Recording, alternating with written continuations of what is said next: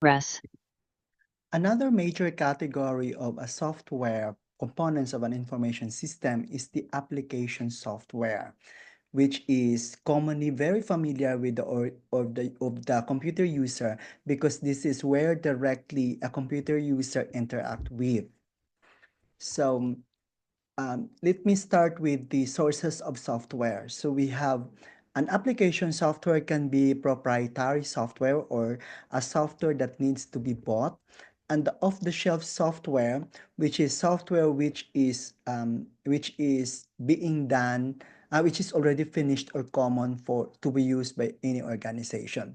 So for example, if we will talk about proprietary software or software that has copyright or it is owned exclusively by a certain organization, it can be in-house developed or contracted. That means if you are in the organization, if you are planning to develop a software, that means it's a proprietary software and you have the option to develop it in your own within the organization if you have the capacity, or you have to contact a third-party software development company that will develop it for you. But that would be a proprietary software. That's the nature of how you acquire software for the use of your organization. On the other hand, you can also buy an off-the-shelf software, meaning software that is already available in the market.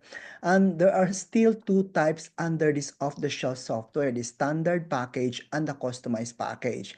And when you bought a customized package, now again, it can be in-house customized or contract customization. So the point here is if you buy a certain software, there are items or factors to consider what would be an appropriate software to acquire or to what for you to be used by the organization. So, for example, what's the intention of proprietary software? Normally, proprietary software is intended for software for tasks or activities in the organization where the process is normally designed for your organization. That means that particular process is not common to other organizations. That's why you need to build it on your own because maybe the available software in the market is not designed for what is your existing practice. On the other hand, off-the-shelf software is a typical acquired software to support a common business process within the organization. That means many of the organization has this software. That's why there's a tendency that you need to have to acquire this one off the shelf and need not to develop it. For example, an accounting software for a government agency.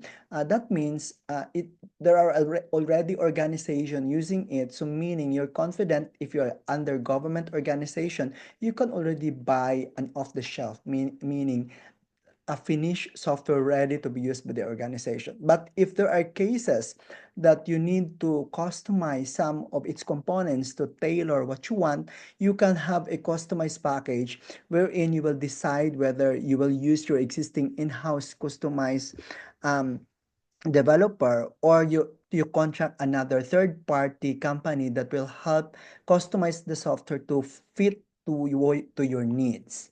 And of course the available standard package at the example level, standard package of the shelf software examples are office applications.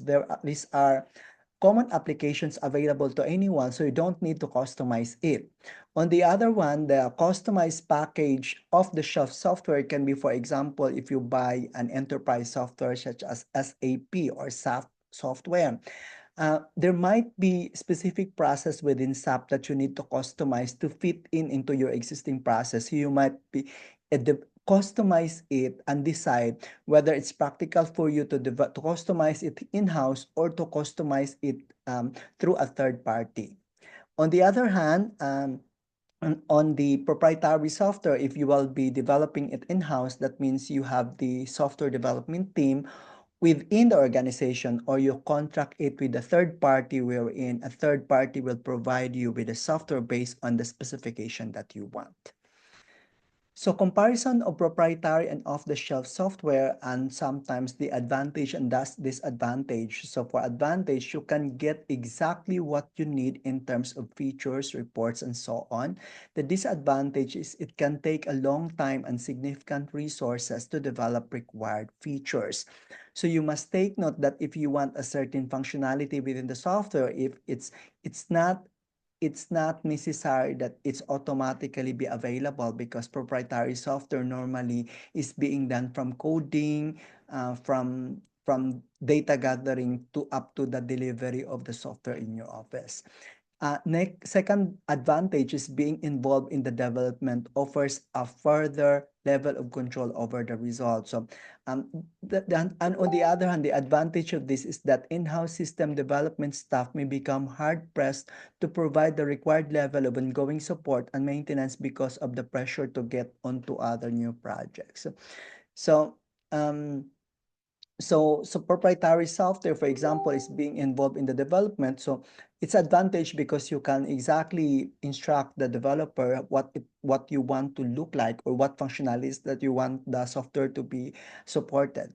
And last, there is more flexibility in making modifications that may be required to counteract a new initiative by one of your competitors or meet new customer and or cost a supplier or customer requirements. A merger with another firm or an acquisition also will necessitate software changes to meet new business needs. So this is what is good with proprietary software because any changes that you want, you can already impose it to be reflected in your software compared to off-the-shelf software. But the disadvantage is there is more risk concerning the features and performance of the software that has yet to be developed. The risk associated with it is that your team might not be able to produce a good software, and you might anticipate some delays in the development of software as well as the cost associated with the development, depending on the experience of the developers that you get. Also, we have difficulty identifying experts in software development if you have if you have difficult functionalities that need to be supported by the software. On the other hand, off the shelf is the initial cost is lower since the software firm is able to spread the development cost over a large number of customers. But the disadvantage would be an organization might have to pay for features that are not required and never used, no? Because you cannot anticipate the off-the-shelf software might offer additional feature but not maybe not necessary or not useful to your organization.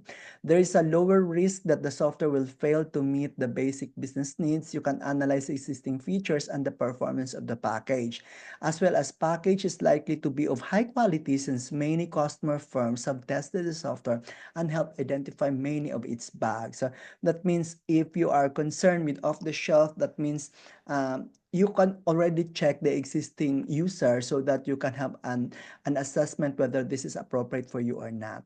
Or another disadvantage is the software may lack important features, thus requiring future modifications or customization. And it's hard for you to implement the changes because you bought the software as a package, meaning it's hard for you to modify it. And the software may not match current work processes and data standards, especially if you have many assumptions about the specific process within the organization, and the software that offers it might not match the usual process in your organization. The off the shelf is only helpful for very common software and that the work systems or the workflow of your office is also similar to what the package software is being offered to you. So we will look at the personal application software. These are software that will support your personal tasks or task within your personal computers. So we are very familiar with these ones: word processing, spreadsheet, database, online information services, and graphics are some of the example of personal and application software. So you can check on specific definition for future reference. You can also have a project management software, financial management, desktop publishing software, and any creativity software that can be used. Some of these are already outdated software, so don't mind the examples, but at least you can have an idea later what are the personal and application software. So Intuit QuickBooks is an example of financial application software. Word processing is another example. Electronic spreadsheets, database management systems, and Microsoft Access is an example. Graphics programs such as Photoshop or Adobe Photoshop, Creative UI or Adobe Lightroom, majority Adobe, and even Canva, a web-based graphics program, you can use it. And online information systems available. For example, the Agoda is an example of online information systems. And also, of course, the package of software suites common for Microsoft applications. There's already a package of individual software that might produce application software that might be used within a certain personal computer for use of individual in the organization. So major components of a leading software suite, normally these four components are common for Office applications. So for example, so the example here is for Microsoft, complete package of Word, Excel, PowerPoint, and Access. And if you check before, the Lotus Smart Suite would be Word Pro, Lotus Freelance Graphics, and Lotus Approach. The Corel Perfect before, and I'm not sure if it's already existing, and the Sun Microsystem, Open Office, or LibreOffice as of now. These are some of the systems that they're offering as part of a package. So we will look at also group work application software. As I've said, those are personal software, and sometimes they will also support work group application software. But the idea if work group application software is to support groups or teams. One is collaborative computing software. So I classified Google Suites or Google Docs and spreadsheet and other related documents as part of a work group or collaborative software. And also scheduling example is Google Calendar is an example of work group application software. But of course, we also have enterprise application software. So an example of an enterprise application software, Imesho IIT is in partnership with Odoo, for example, ODOO, and a software that will support enterprise processes. So example of those processes is the enterprise software for support supply chain management. The intention of enterprise application software is to support the process between offices or entire organization, although not necessarily the entire, but major processes of the organization. So example of enterprise application software as are listed here as an example. Unselected vendor who are the providers such as SAP, Oracle, PeopleSoft, Dun and Bradstreet, JD Edwards. You need not to memorize all of those, but at least you have an idea of what are enterprise or example of an enterprise software. Okay, that's it for the application software.